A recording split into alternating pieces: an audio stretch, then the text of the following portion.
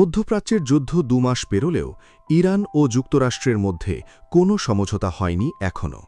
২ দফা পাকিস্তানের ইসলামাবাদে আলোচনা চললেও দুই পক্ষের মধ্যে ইরানের পারমাণবিক কর্মসূচি এবং হরমুজ প্রণালীর নিয়ন্ত্রণ সহ নানা বিষয়ে মতবিরোধ রয়ে গেছে।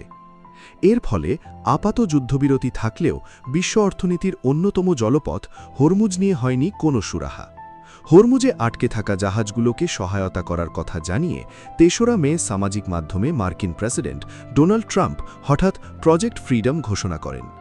এতে সৌদি আরবের নেতৃত্ব ক্ষুব্ধ হয়। সৌদি সরকার যুক্তরাষ্ট্রকে জানায় এই অভিযানের জন্য রিয়াদের দক্ষিণ পূর্বে অবস্থিত প্রিন্স সুলতান বিমান ঘাঁটি থেকে মার্কিন সামরিক বিমান উড্ডয়ন করতে দেয়া হবে না এবং সৌদি আকাশসীমাও ব্যবহার করতে দেয়া হবে না।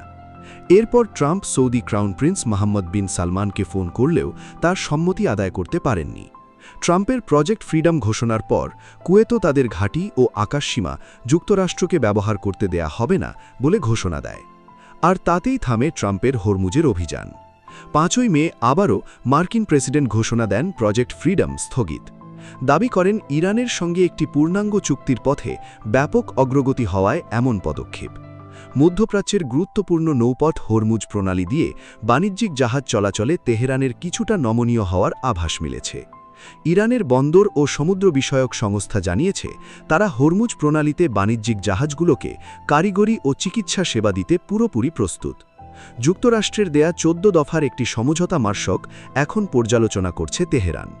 এই চুক্তিতে ইরানের পারমাণবিক কর্মসূচি স্থগিত এবং মার্কিন নিষেধাজ্ঞা প্রত্যাহারের মতো গুরুত্বপূর্ণ বিষয়গুলো গুরুত্ব পাচ্ছে। তবে দুই দেশের অবস্থান, দাবি দাওয়ার ভিন্নতা এবং আঞ্চলিক সমীকরণ এখনও চুক্তির পথে বড় বাধা। পাকিস্তান এই শান্তি প্রক্রিয়ায় প্রধান মধ্যস্থতাকারী হিসাবে কাজ করছে। সব ঠিক থাকলে ১ সপ্তাহের মধ্যেই চূড়ান্ত সমঝোতা হতে পারে এমনটাই জানান ট্রাম্প নিজেই। চুক্তিতে রাজি না হলে তীব্র বোমাবর্ষণের হুঁশিয়ারিও দিয়ে রেখেছেন ডোনাল্ড ট্রাম্প। এদিকে বিশ্ব বাণিজ্যের জন্য কৌশলগতভাবে অতি গুরুত্বপূর্ণ হরমুজ প্রণালীর কাছে এখনও প্রায় ১৬০০ জাহাজ আটকে আছে।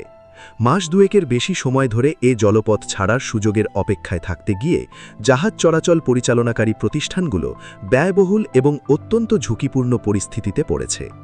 এদিকে হরমুজ প্রণালীকে নিরাপদ করার সম্ভাব্য অভিযানের অংশ হিসাবে লোহিত সাগরে একটি বিমানবাহী রণতরী ও তার সঙ্গে থাকা যুদ্ধজাহাজের একটি বহর মোতায়েন করেছে ফ্রান্স। হরমুজ প্রণালী দিয়ে নিরাপদ নৌ চলাচলের ভিত্তি গড়তে একটি প্রস্তাব নিয়ে কয়েক সপ্তাহ ধরে কাজ করছে ফ্রান্স ও ব্রিটেন।